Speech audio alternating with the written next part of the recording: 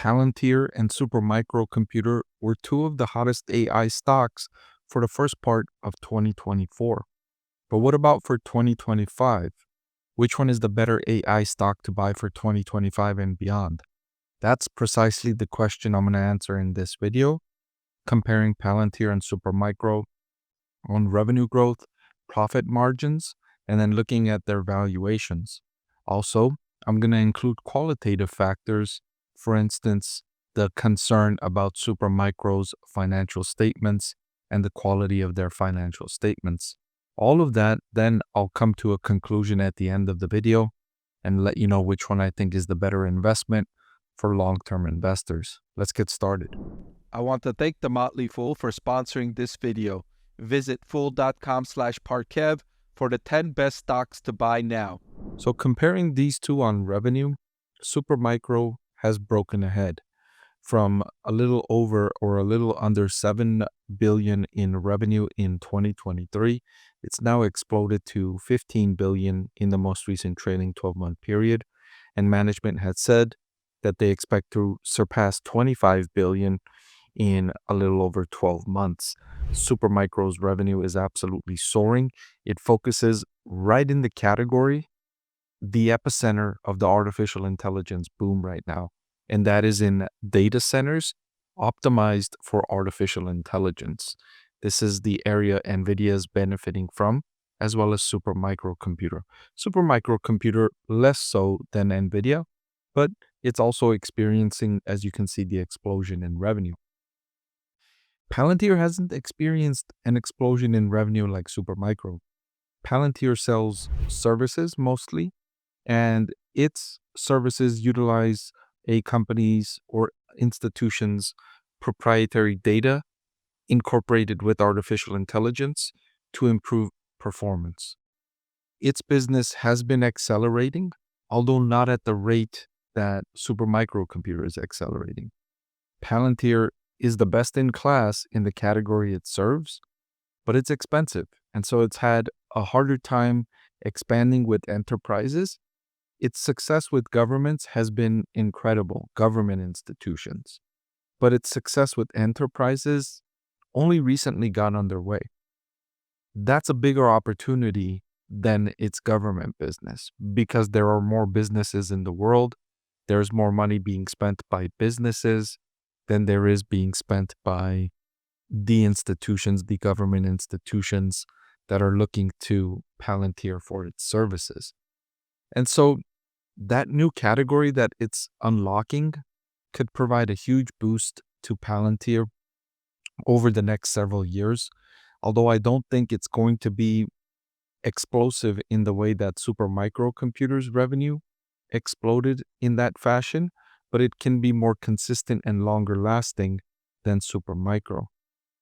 Also, Palantir, since it sells services, the potential for profitability and cash flow is much higher than what SuperMicro can achieve because of the fundamental differences in the business model. When you're selling services, the potential for profit margins are much higher than when you're selling physical products, especially when your physical products are not very much differentiated. SuperMicro computers' products are not that much differentiated than its competitors, whereas Palantir's products are very much differentiated from its competitors. So Palantir can earn premium prices for its products, whereas SuperMicro has demonstrated that it's not really able to do that.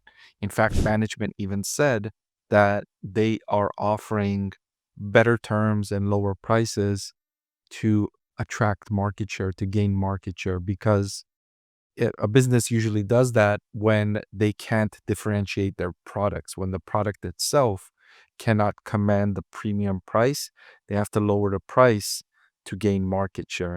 And when you see companies do that, it's a clear sign that their products are not generating strong enough organic demand to generate growth.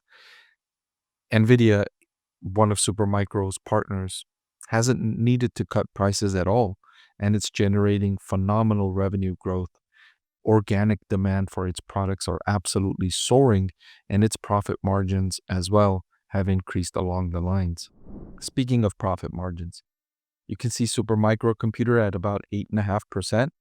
It's been that way for a long time. SuperMicro's margins, if anything, are declining or staying flat. They're not really improving over the years as its revenue is increasing. Again, signs that its products are not differentiated by all that much. Palantir, meanwhile, has improved its operating margins significantly in recent years, all the way up to 13.8%. And I suspect its margins will continue increasing.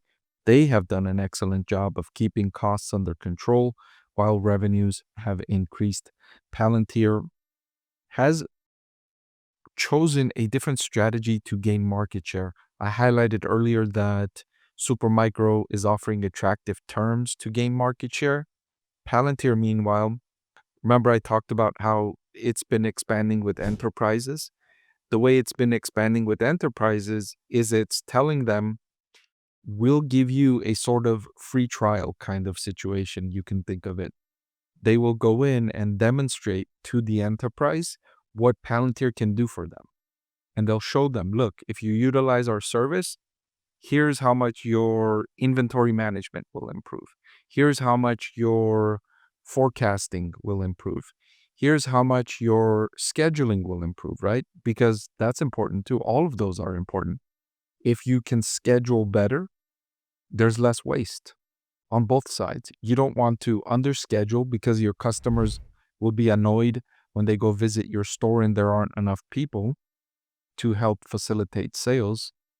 And on the same part, if you overstaff, you have too many people, now you're paying too much for the customers that are coming in for the day, and there's waste. So if you can eliminate both too much and under scheduling, it improves your services, right? So those are the kinds of things Palantir helps enterprises with. And when they demonstrate how they can precisely improve an enterprise's operations and how it results in lifting the bottom line, enterprises then say, wow, okay, yes, we'll buy your service now. Because initially, like when we talked over the phone, we weren't convinced of what you could do, so we didn't want to pay your super high price. But now that you came in and you showed us what you can do, now we'll pay you for what you want. So that's how Palantir has gained market share, is by demonstration, by showing enterprises its capabilities rather than telling enterprises, you can't afford us, fine, we'll cut our price for you to afford us, right?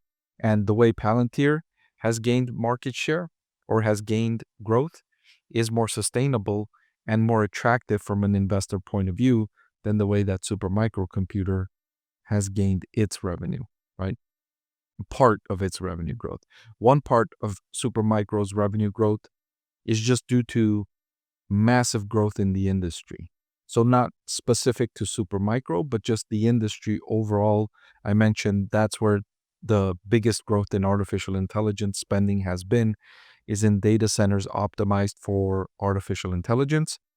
And SuperMicro happens to operate right in that category, along with, of course, some of its competitors like Dell and Hewlett-Packard Enterprises. So that's the overall perspective for revenue and operating margin. Now let's look at valuation. Measuring by forward price to earnings, Palantir is way more expensive than SuperMicro, and it deserves to be. I don't know if it deserves to be this much more than SuperMicro, but it does deserve a premium over SuperMicro for the reasons I highlighted. It's a more quality business, a higher quality business. Its forward PE is at 112 compared to SuperMicro at just 8.4. If I look at my discounted cash flow valuation, SuperMicro, my intrinsic value per share is at $109 when the current market price is just $31. It shows that it's significantly undervalued using this metric.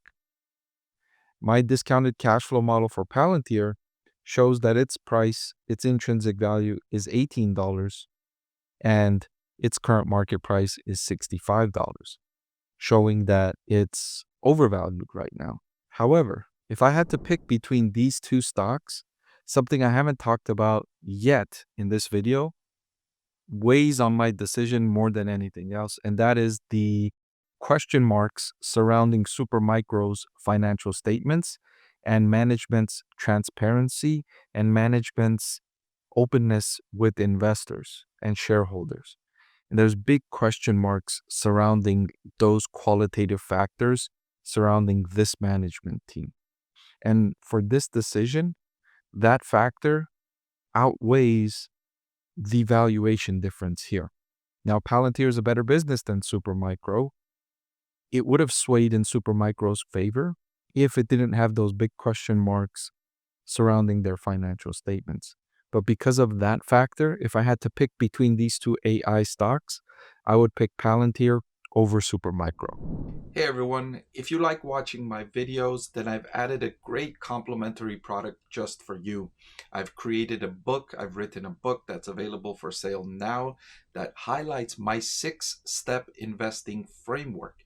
Even if you don't follow that investing framework, just reading it and knowing how I evaluate stocks will make it a lot more interesting and informative to watch my videos. I've added the link in the description below.